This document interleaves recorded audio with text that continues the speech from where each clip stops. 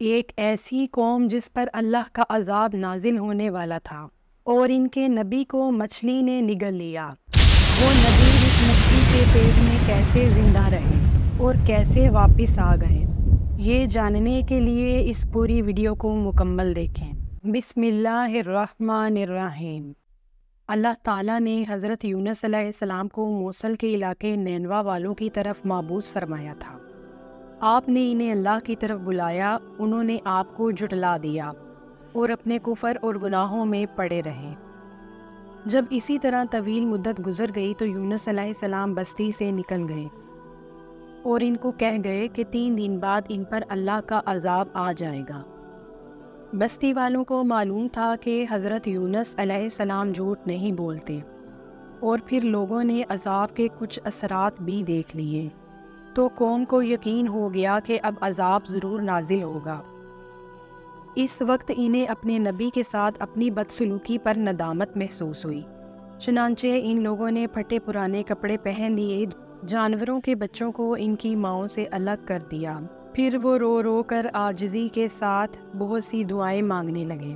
مرد بھی روتے تھے، عورتیں بھی اور بچے بھی روتے تھے، اونٹ بھی بلبلاتے تھے اور ان کے بچے بھی، گائے بھی اور ان کے بچڑے بھی، بکریاں بھی منمناتی تھیں اور میمنے بھی۔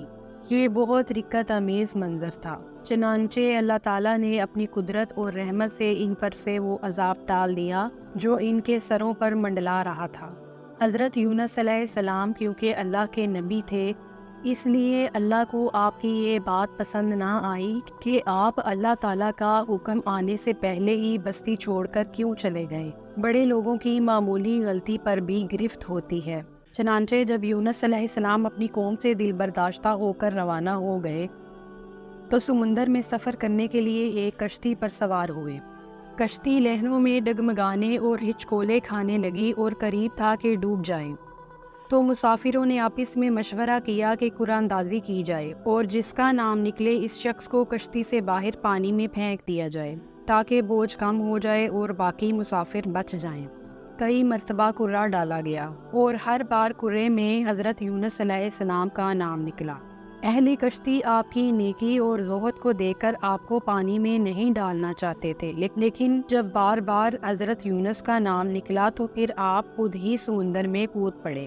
اس وقت سمندر کی ایک بہت بڑی مچھلی کو اللہ تعالیٰ کا حکم ہوا کہ وہ دریاؤں کو چیرتی ہوئی جائے اور حضرت یونس علیہ السلام کو نگل لے، لیکن نہ تو ان کا جسم زخمی ہو اور نہ ہی کوئی ہڈی ٹوٹے، کیونکہ آپ اس مچھلی کا رزق نہیں تھے۔ چنانچہ اس مچھلی نے اللہ کے حکم سے اللہ کے پیغمبر کو نگل لیا اور سمندروں میں چلنے پھرنے لگی۔ جب حضرت یونس علیہ السلام مچھلی کے پیٹ میں چلے گئے تو خیال ہوا کہ میں وفات پا چکا ہوں، مگر جب ہاتھوں پیروں کو حرکت دی تو زندگی کا یقین ہو گیا۔ آپ علیہ السلام نے سمندر میں مچھلیوں کو اللہ کی تسبیح کرتے سنا اور کنکریوں سے رحمان کی تسبیح سنی۔ آپ وہیں سجدے میں گر گئے اور فرمایا، یا رب، میں نے ایسی جگہ کو تیرے لیے مسجد بنایا ہے کہ اس طرح کے مقام پر کسی نے تیری عبادت نہیں کی۔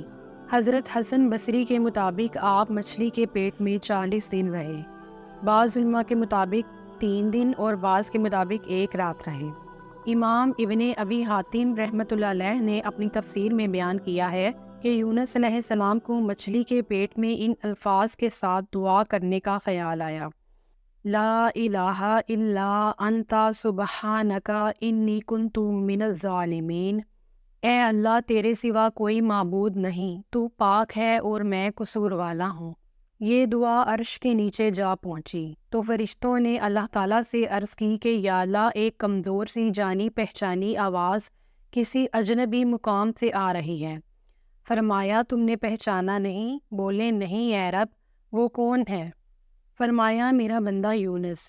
فرشتوں نے عرض کی، تیرا بندہ یونس جس کے مقبول عمل اور مقبول دعائیں آسمانوں پر آتی رہتی ہیں، یا اللہ، وہ راحت کے دنوں میں نیکی کرتا تھا، تو اس پر رحم کر کے تو اسے مصیبت سے نجات نہیں دے گا؟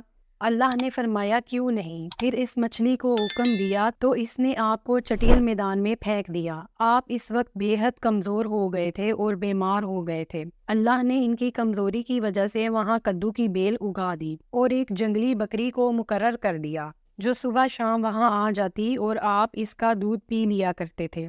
پھر جب آپ علیہ السلام اپنی بستی میں واپس گئے تو وہ لوگ توبہ کر چکے تھے اور آپ پر ایمان لے آئے۔ ابن جریر میں ہے کہ حضور اکرم صلی اللہ علیہ وآلہ وسلم نے فرمایا کہ اللہ کا وہ نام جس سے اسے پکارا جائے تو وہ قبول فرما لے، اور جو اس سے مانگا جائے وہ عطا فرما دے، وہ حضرت یونس کی دعا میں ہے۔ اس حدیث کے مطابق اللہ تعالیٰ کا اسم اعظم اس میں موجود ہے کہ جب اس کے ساتھ اللہ تعالیٰ سے دعا کی جائے تو وہ قبول فرماتا ہے، اور جب اس کے ساتھ اس سے کچھ مانگا جائے تو وہ عطا کر دیتا ہے۔ حضرت یونس علیہ السلام کے واقعے سے ہمیں یہ سبق ملتا ہے کہ انسان کتنی ہی بڑی مصیبت اور پریشانی میں کیوں نہ مبتلا ہو، اگر وہ استغفار کرے تو استغفار کرنا اسے مصیبتوں سے نجات دلا دیتا ہے۔